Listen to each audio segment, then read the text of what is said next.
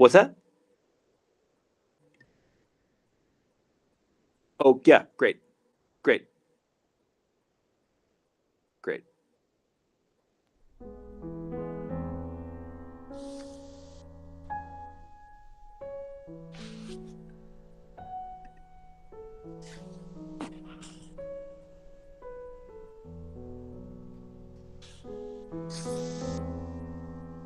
Mm-hmm.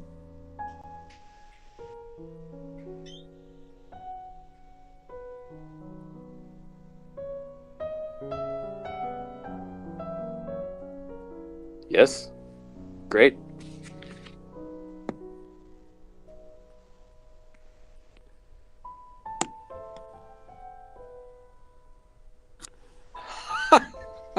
Great.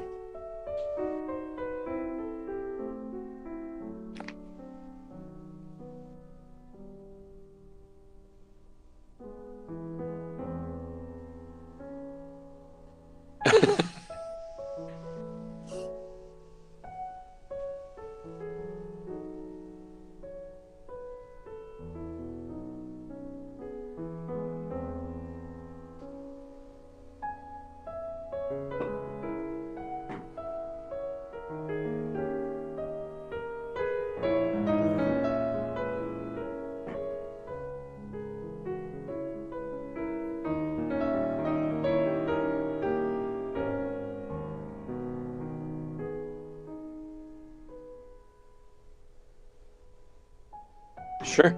Yeah.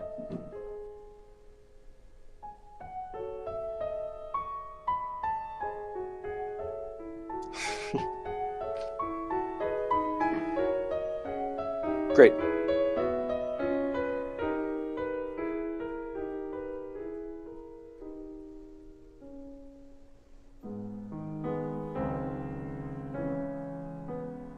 Yes. Right. Okay. Good. Yeah. Very good. I think so. Yeah.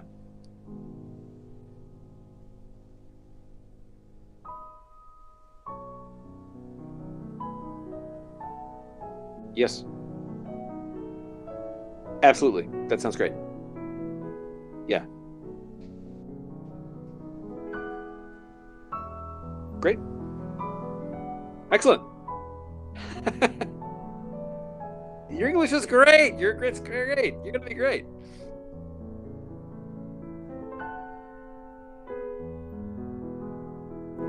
Yeah. Great. Excellent. Your English is great. It's great. You're gonna be great.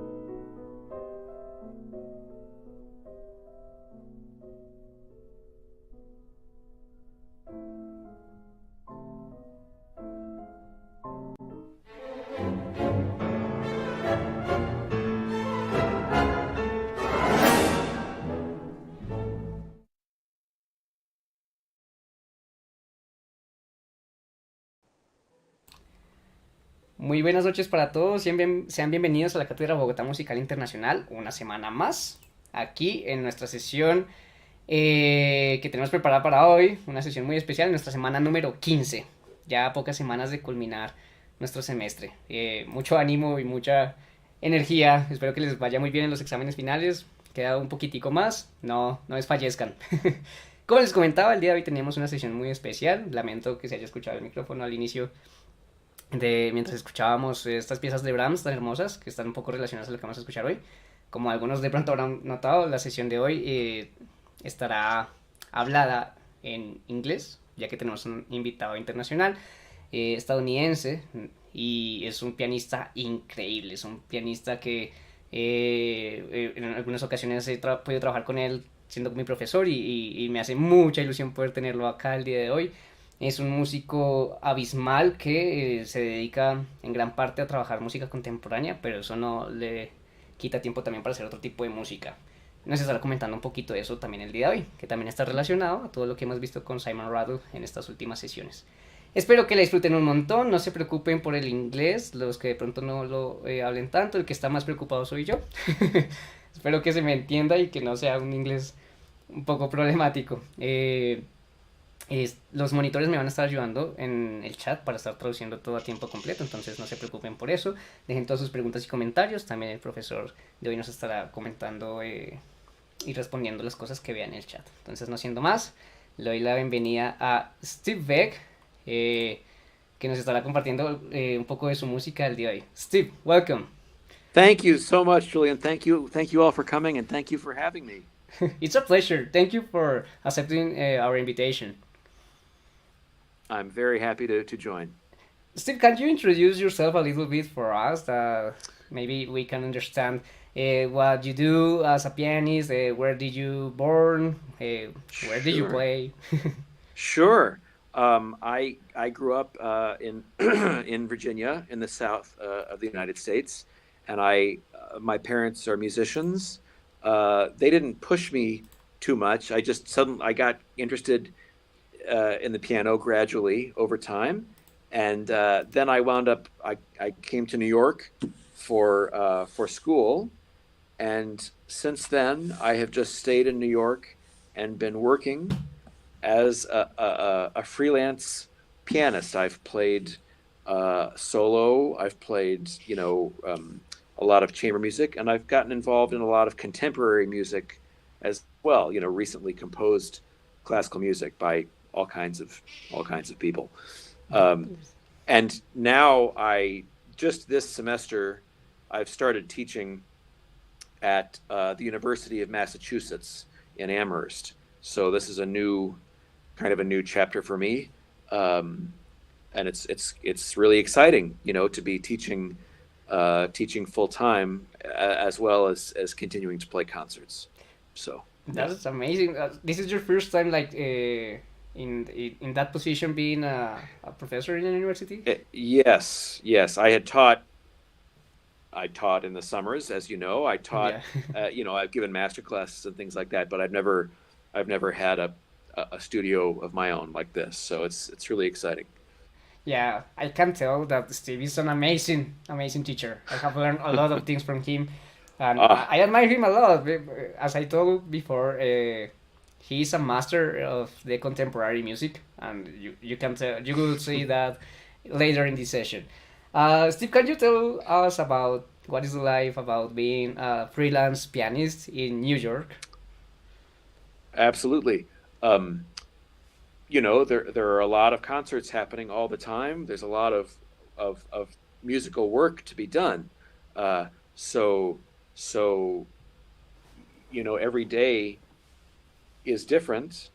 Um, I play a lot of orchestral piano, like sitting in the back of the orchestra and playing with different orchestras. So there's that, and then there's doing my own practice.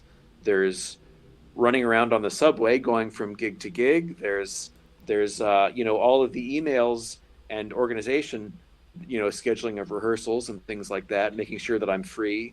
Uh, but it's exciting, you know. So so I I just try to kind of fit it all in and do everything I can.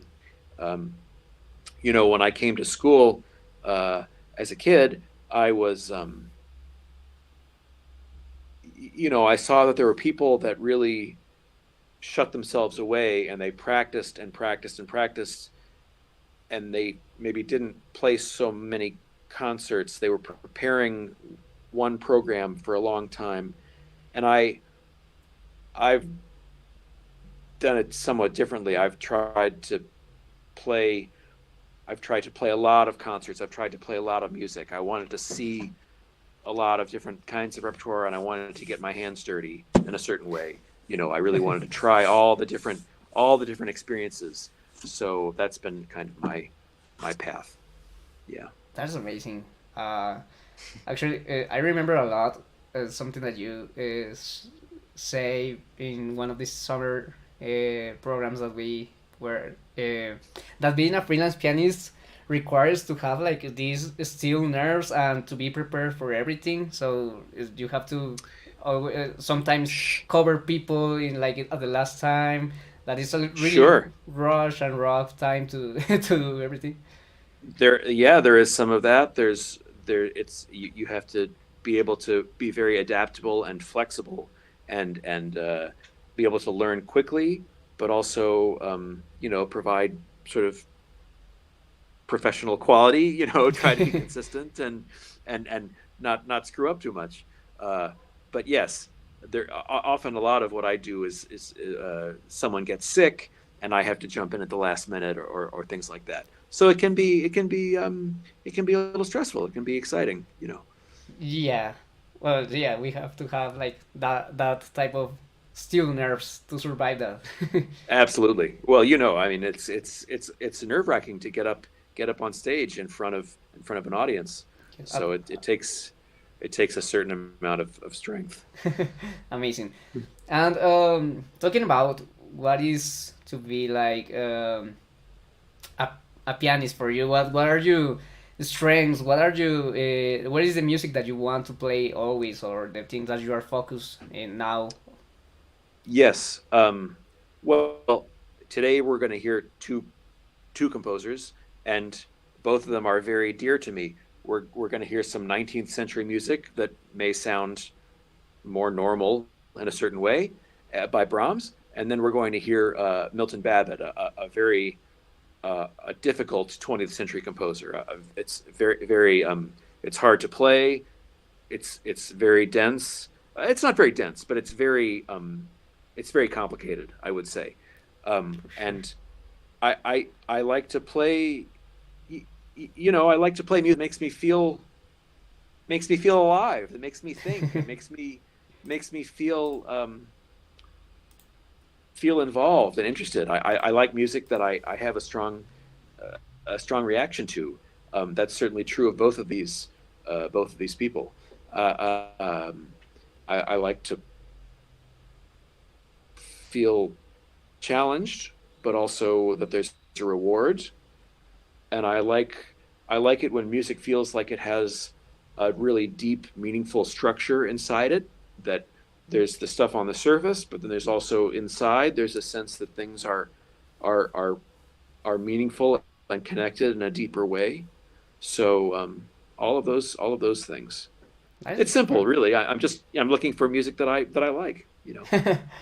That's amazing. Actually, I think I have thought about that, and for me, there's has been like a problem finding this music that I like because there's a lot of Uh-huh. music and it requires some time to finally get to those things that I will say like I'm related to this type of music. And I That's can right. say always that when I have hear you playing this type of music that I will say like this pianist is he has born to play this because he's really related to this type of music that for other pianists is like a world that maybe is really interested for us, but it's really hard to get into it. So it's amazing, Sure, and sure. I think for the audience to say that is for in this type of music that is really difficult to hear sometimes, it's a really huge goal. I think yes. Yeah, I'm trying to communicate.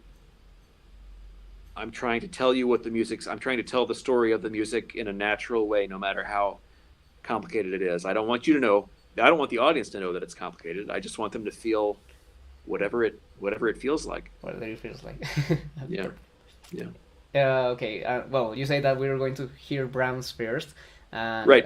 I wanted to ask you if you maybe can say like what is the romantic period for you, because we in this program of the Cátedra Bogotá Musical we have worked about the romanticism period before, and we have this like question like what is this music for different musicians, what does it mean like to play romantic music? Can you explain it Hmm. to us from your vision, like what is the romantic period for you and what do we have to expect to hear this type of music?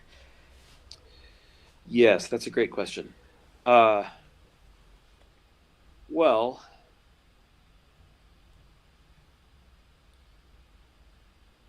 in a certain way, I mean, you know, we all know Beethoven, and sort of the generation after Beethoven, we sometimes think of as the first generation of romantic composers like Chopin, Mendelssohn, Berlioz, Liszt, the people that were born in sort of the first decade of the 19th century, right? And so that period was very alive and I would say um, fermenting, that people, all of those composers had different ideas about how music should go. They all knew each other and were up on what each other was doing. It was a community, a lively community with a lot of disagreement. Those composers didn't all like each other's music, right? Yeah, So it was a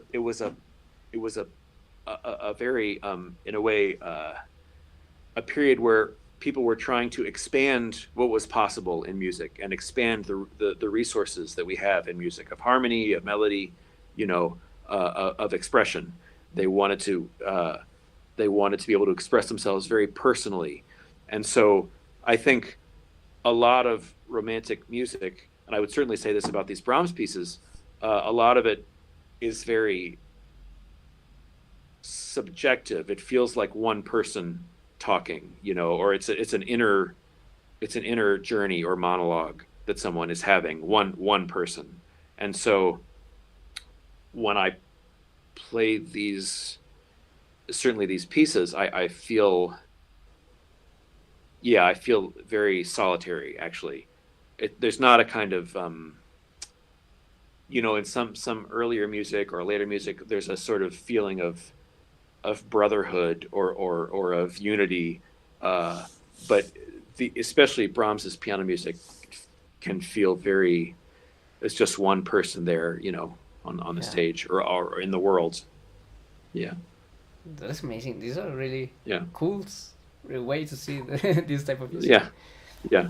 But I think all of certainly Schumann and Chopin, a lot of them were pianists and played and wrote a lot of piano music because the piano is just the romantic instrument par excellence. I mean, it is the instrument of expressing yourself. This idea of a piano recital became, Liszt sort of invented that. Like, I'm going to play by myself, Yeah, only piano music for 2 hours. That did not exist before people started doing it in the 19th century during this time. that's true. You will say Yeah. that the piano is the most important instrument from this period, or it depends. I'm biased, but I think so. Yeah, for Yes. sure. Yeah. Yeah. No, I mean, you were talking about repertoire, and we have this incredible range. You know, if you play the flute, for instance, you just don't have that much romantic music, right? Or you don't have much solo music to begin with, but you don't have 19th century music. Whereas for the pianist, all of those guys wrote a lot of really really amazing piano music. Yeah, that's Yeah. true. That's amazing. Well, what Yeah. are we going to hear about Brahms today? Can you talk about the pieces that we are going to hear? That now that they have this Absolutely. context about what we have to hear in Brahms. Well, these are three. Um, they're called. well, two of them are capriccios, and one. Wait a minute, let me think. Yeah, two of them are capriccios, and one of them is an intermezzo. But they're basically there's this category of short piano pieces that Brahms returned to often in his life, and especially as he got older, he wrote these, as I say, very personal sort of short pieces. They're each, I don't know, 3 minutes or something like that. So when I was a kid, actually, one of the first CDs I had, as I was starting to get interested in music and starting to try to read music, uh, was a CD of Richard Good, who's an American pianist, playing these Brahms pieces, and I would listen to it. I would listen to it, and I. This is some of the first music that I started trying to play. It was too hard for me at that time, but I started trying to figure out how it goes. And so, Wow. whenever I have a chance to come back, yeah, to these pieces, it feels very. I sort of remember being sort of 13 and 14 and trying to sort of half play these and figure it out. Uh, so yeah, I think they're beautiful. I think they're absolutely gorgeous, and I hope you enjoy them. I certainly do. Then this recording that we're going to hear is just actually from last week. I played a recital here at UMass, so I played these. That's amazing. And the Yeah. last question, just before to get start listening, um, this term about capricious and intermezzos that you talk about, that you say like they are mostly referred to short pieces. They mean Yes, something like related to the form of the piece, or not too much. I don't think so. I think he basically used capriccio for fast pieces and intermezzo for slower, more reflective pieces. Um, yeah, basically that's how it shakes out. I don't think it's anything specific formally. Yeah, Okay, just related to the yeah, speed of the music. Perfect. Well, let's yeah. listen then. These three brown pieces played by Steve.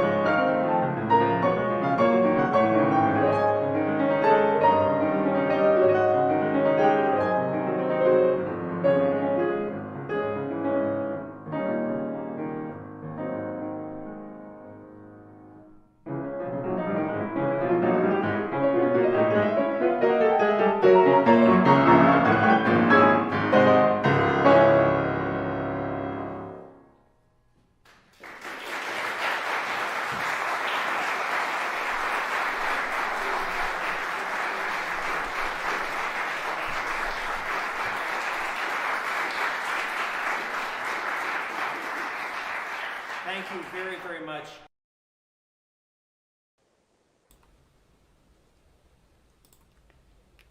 That was amazing. That was drums from Steve. Thank you so much. That sounds Thank you. delightful, lovely. Thank you so much. Thank you so much. And I can say that in the chat, people were really happy with this interpretation too. Oh, excellent. Excellent. I'm glad. Thank Well, you. Steve, I'm going to ask you some questions that people from the chat some of Great. our students have asked. Maybe that you Great. can help us to answer some of them. Great. The student Carlos Gonzalez asked, "What is the most difficult piece of music that you have ever played?" Carlos, that is an excellent question. Uh, gosh. Well, they're all difficult in different ways, but I played I played a piece by a Czech composer called Janacek uh, for left hand alone, piano left hand, and I mean it was a sort of concerto. It's called a capriccio actually, but it's for piano and I think 8 instruments or something like this. But it's very awkward. You want it to sound like you're playing with two hands, nice and you know easy, but the positions are very hard and crunchy, and that was really hard to pull off. I mean, to make it sound like, oh yeah, this is normal, you know, this is what it's supposed to sound like. That really pops into my head as one of the hardest things to do. That piece is just very unforgiving. I mean, there are many other certainly contemporary music is a certain kind of difficulty of counting and thinking and staying in the right place. But also just this thing of trying to make the left hand sound nice and normal, throughout, is a hard thing to do.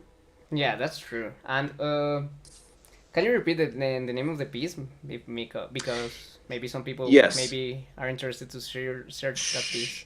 sure. So the piece is called Capriccio, and it's by Leos Janáček, Leos who was a Janacek. Czech, Okay. yeah, who was a Czech composer in the first part of the 20th century. For sure, there's a recording in YouTube, right? Definitely, definitely, yeah, Okay, perfect. Okay. yeah. Next question. It's a question from Maximiliano Botero. What do you feel when you play and when you are in the zone?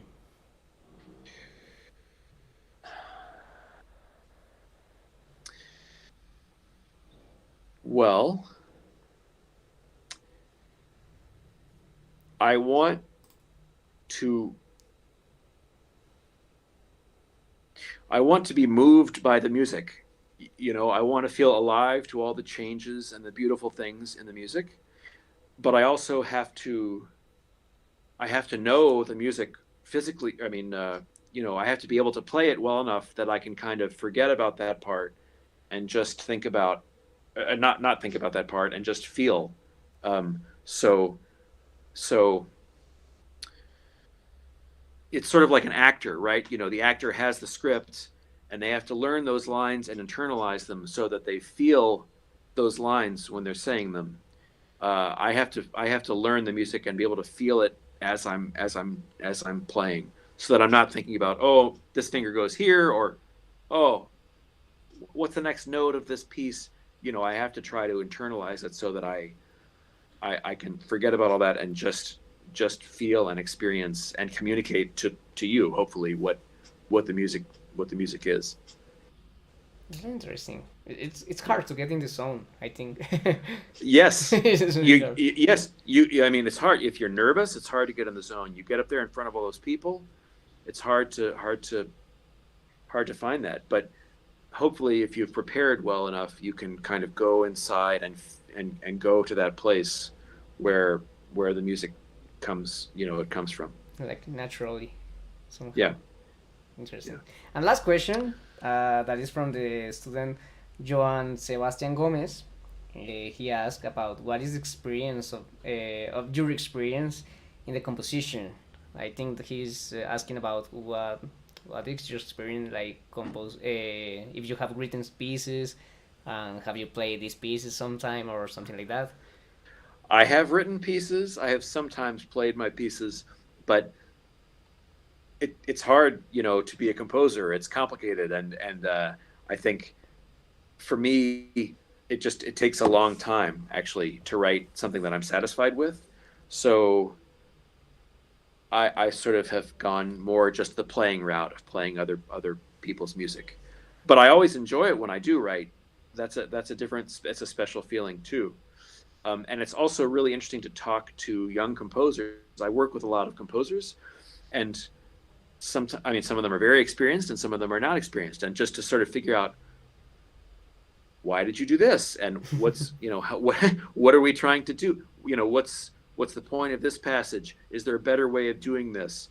What is this leading towards? It's really interesting to think about that.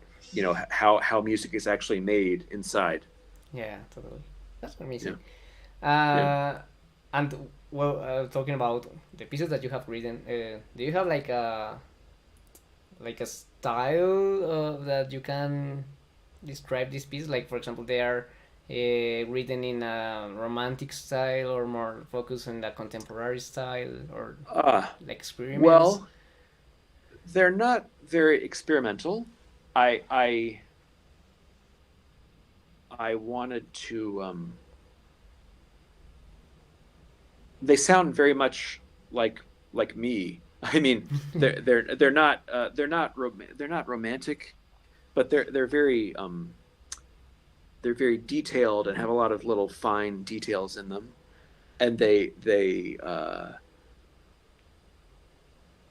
I think they're kind of funny. I mean, Funny. they're sort of light, witty. It's not very, loud.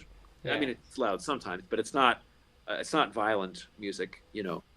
It's more often delicate than violent.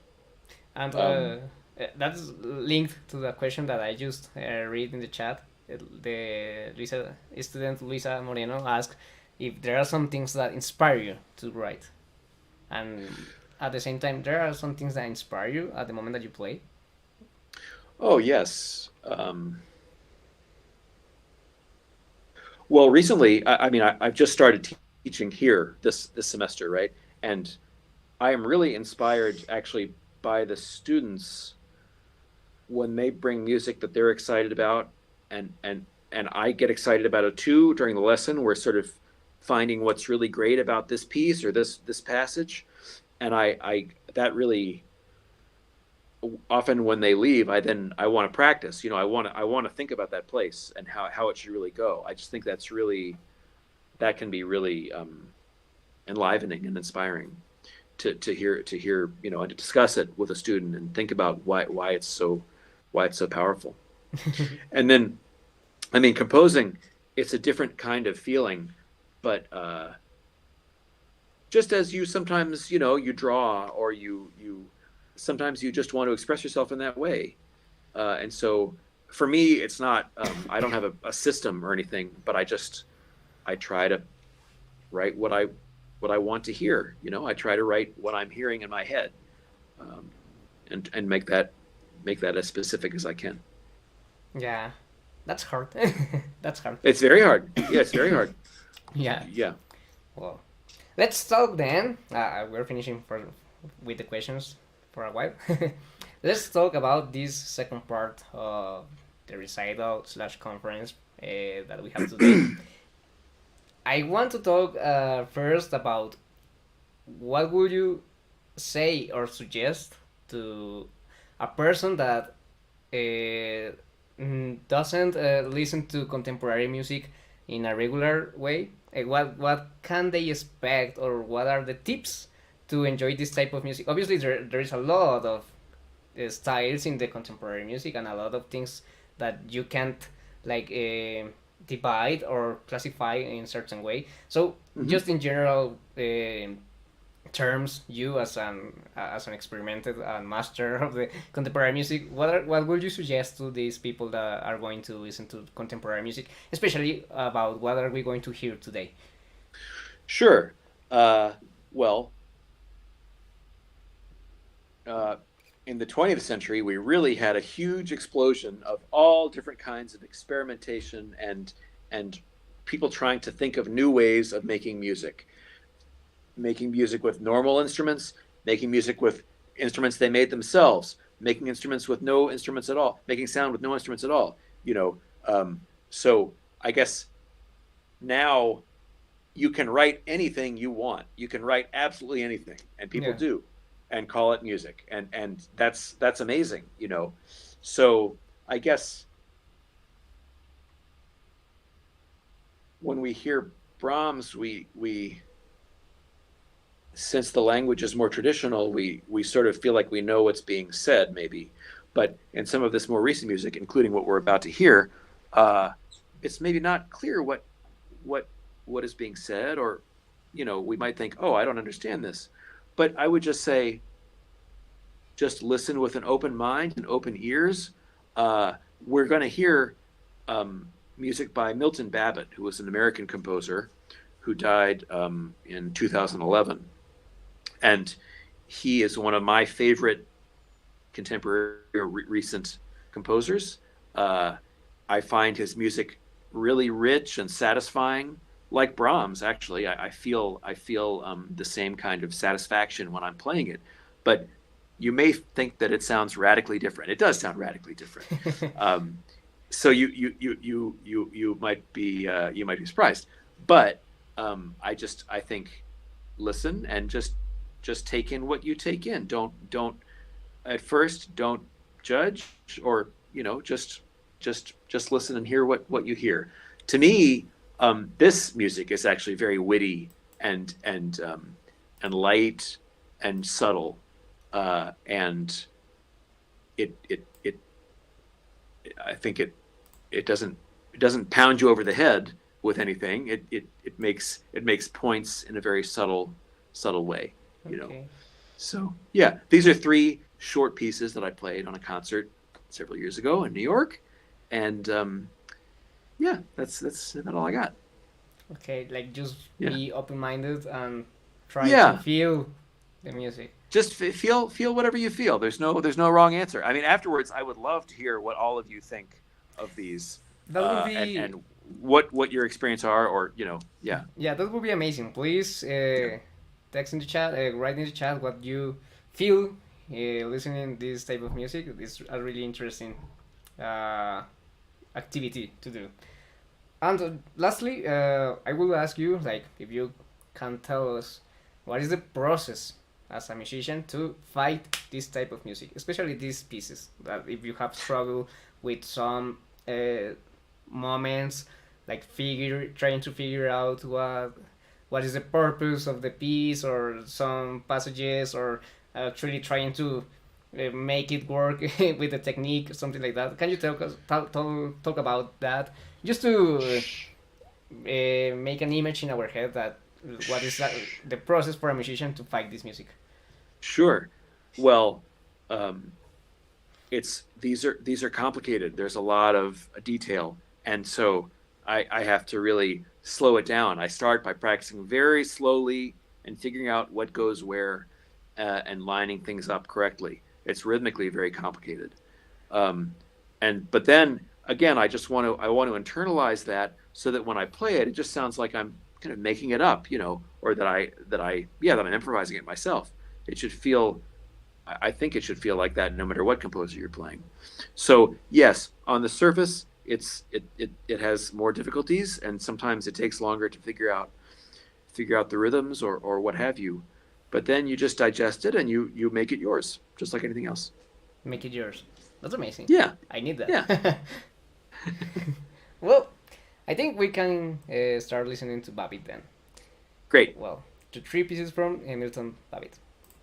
great.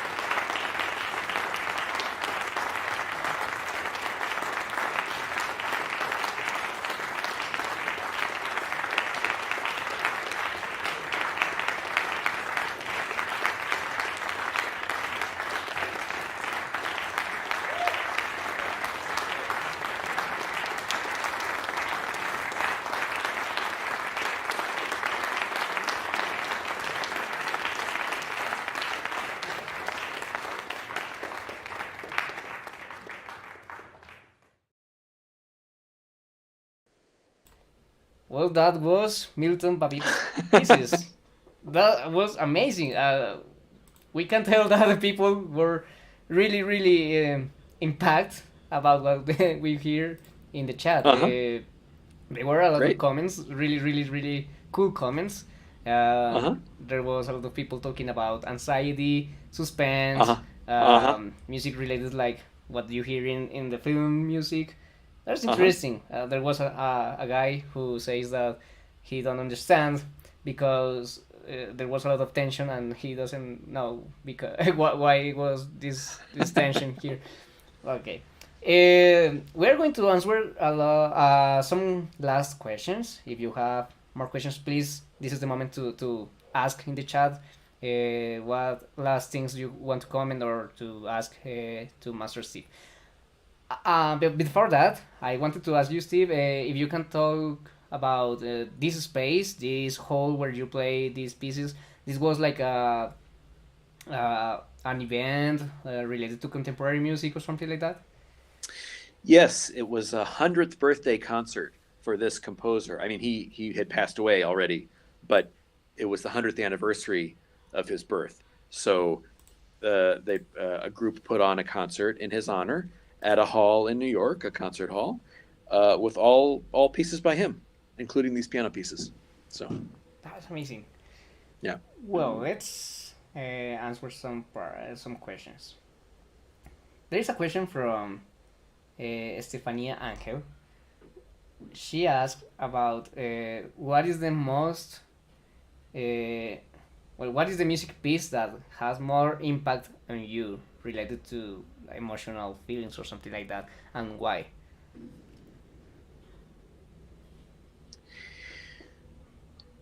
Uh,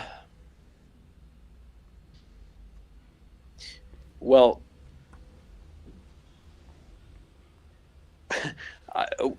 the answer is the Stravinsky Mass, which is a piece that you don't hear very much, but it's a piece by Stravinsky from the 1940s, uh, and it's a kind of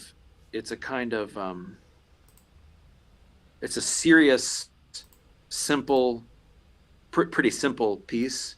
It's just it's a choir and then some wind instruments. It's not anything super noisy, Mm-hmm. um, but it I think it's because I heard it when I was in high school. I was maybe 16, 16 or 17, and I had a I it just really affected me very strongly at that time. I I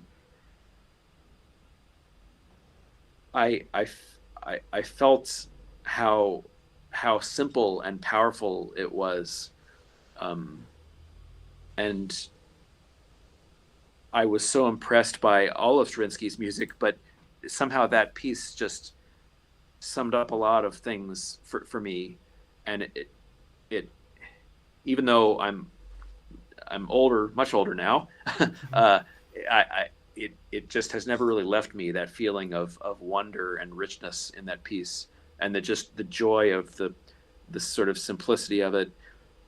It's supposed to be um, liturgical, it's not supposed to be a fancy mass for a grand occasion. It's supposed to be a piece for a service, and I really just responded to that aesthetic so strongly, and that it has always felt that way to me every time I hear that piece. That's Oh, I love interesting. that piece. Yeah, I love that piece. Well, I mean, other things have affected me too, but I just I right now I'm thinking a lot about that piece for some reason. So yeah, that's interesting. I yeah, I don't have that mass right now in my head. I for sure I will search for that later. And all the students will. It will be cool if you do that. Like, search for a recording of this Stravinsky's mask. It's interesting. yeah. See what you think. See if it affects you in the same way. Yeah. Wow. Next question is from Natalia Romero Ortiz. In which country you haven't played yet, and which country would you love to do? a concert to? I have never been to South America, and I would love to come. I mean, yeah, I always hear about how wonderful it is from Julian, and I would love to see for myself. So that's where I'd like to go. Uh, but also, where else would I like to go? Really, I have been uh, to. I played in Japan uh, several years ago, and I would love to go back just because they take music so seriously and respectfully. I mean, the concert halls are amazing, and the audiences are amazing, and really listening. You know, you really feel them there with you when you're on stage, and so I that was great too. I'd love to go back to Japan sometime. That would be amazing. Yeah, and no, Yeah, for sure you have to come to South America, to I Colombia. would I would love to come to Colombia. People here is amazing. You will see that. Yeah, And yeah, actually, you have played some Latin composers, right? that's right. That's true. Which ones have you played? Maybe the students can I've played Ate Hortua add your tour. years, yeah, years ago, and certainly Hinastera. Um, what else? Um, Villalobos, maybe. yes, certainly Villalobos. That's true. That's Right, true. So these right. ones Yeah, are Colombia, Argentina, and Brazilian composers. yeah, right. They're amazing. Actually, we hear Villalobos a couple of weeks ago, so for sure that's information for them that they know. Well, next question. It's a little bit related about the thing that we talked about in the beginning of this session. It's a question from Raul Alejandro. Being a freelance pianist, how much on average it takes you to learn completely a new piece? Great question. Depends on, well, often, like I said, I play orchestral piano. I play like in the orchestra. Uh, that often the pianist has a few parts, but then there's a lot of rests. You know, I'm sort of counting for a lot. I don't have to actually play that many notes. And so those you can learn very quickly. The Babbitt takes a long time because it's very intricate and it keeps changing, and it's not so natural to remember these kinds of patterns. You know, there aren't so many patterns, right? Uh, so that takes longer. Um, on average, I don't know. That's a hard question, but you know, Or chamber music chamber music is easier when you're on stage with other people. That's easier than playing up there by yourself because it just there's a more the labor is divided. You know, like people are sharing the work with you, and yeah, you can talk, and you can uh, there's a feeling of you're not alone up there trying to make the whole thing go. So solo pieces always take longer for that sure, is true. and to make them sound really polished and good, it takes longer. But I've certainly gotten on stage with 1 day's notice, tried to learn something quickly, and gotten up. You know, I mean, there's all kinds of situations happen, right? So It yeah, depends. yeah. About that thing that you talk about chamber music, that is a question for me. What do you think about this myth that in chamber music with piano, the pianist is the one that has more work than the other instruments? That's true. The pianist has more notes, obviously, and often the composers were pianists, so they wrote pretty serious parts for the piano, and then the other instruments not as involved.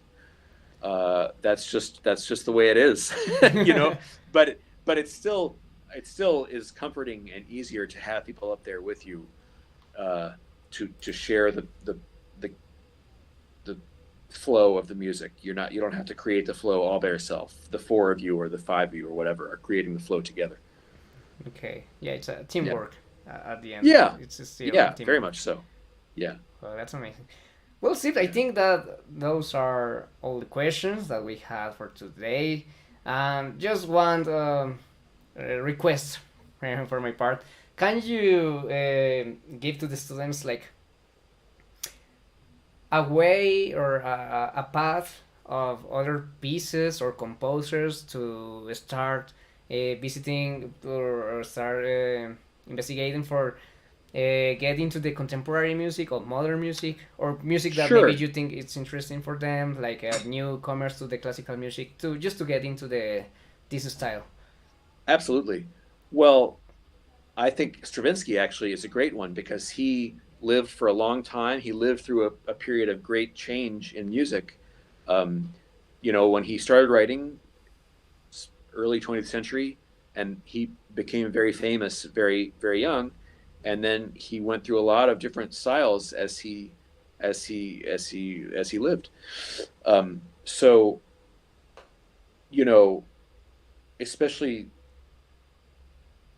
like the early Stravinsky pieces, like the Rite of Spring. That's a great piece that everyone should hear. I feel it was written in 1913, and it just made such a shock in the musical world because of how powerful it was, how dissonant it was. No one had ever heard anything like that before. Mm. So that's a great place to start.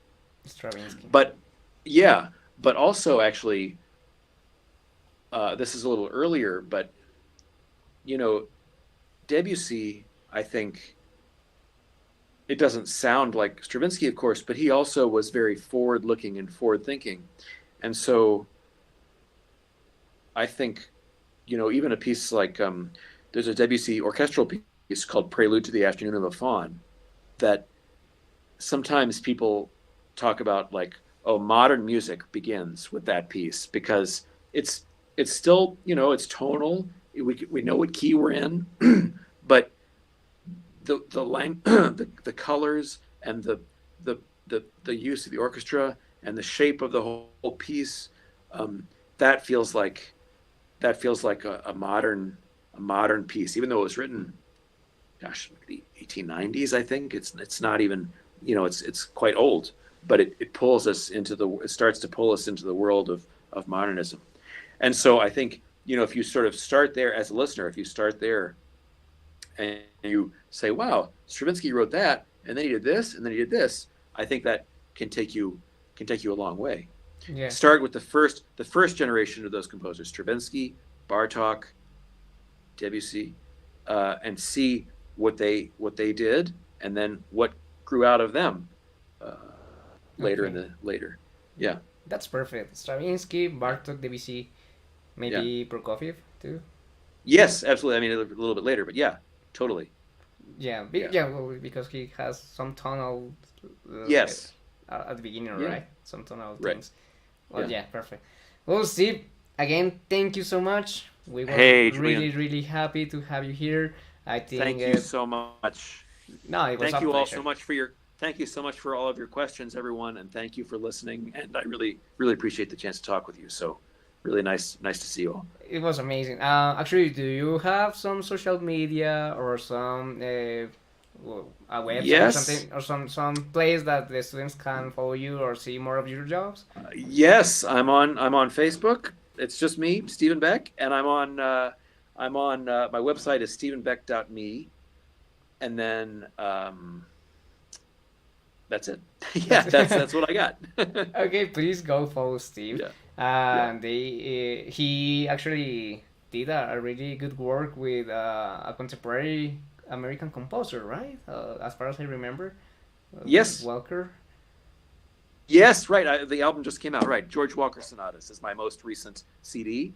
So it's a little contemporary, but it's not as contemporary as Babbitt. So please So go follow and go check that CD. check out the album. Yeah, yeah, Yeah, check that album. And yeah. that's it. Thank you so much, Steve. Gracias a todos Yay! por asistir esta noche. Espero que tengan una feliz noche. Espero que hayan disfrutado un montón la sesión. De nuevo, disculpas si mi inglés no estuvo on point.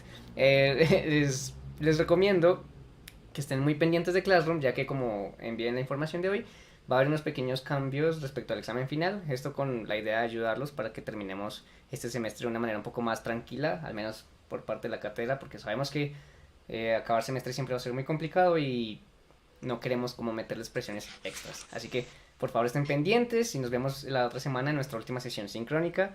Ha sido todo muy chévere hasta el momento, así que esperamos que podamos cerrar las sesiones en vivo de una manera excelente. Thank you so much. Have a good night, everyone. Thank you, Steve, again, and see you Thank you. See you sooner, for sure. Awesome. Thanks. Thanks a lot.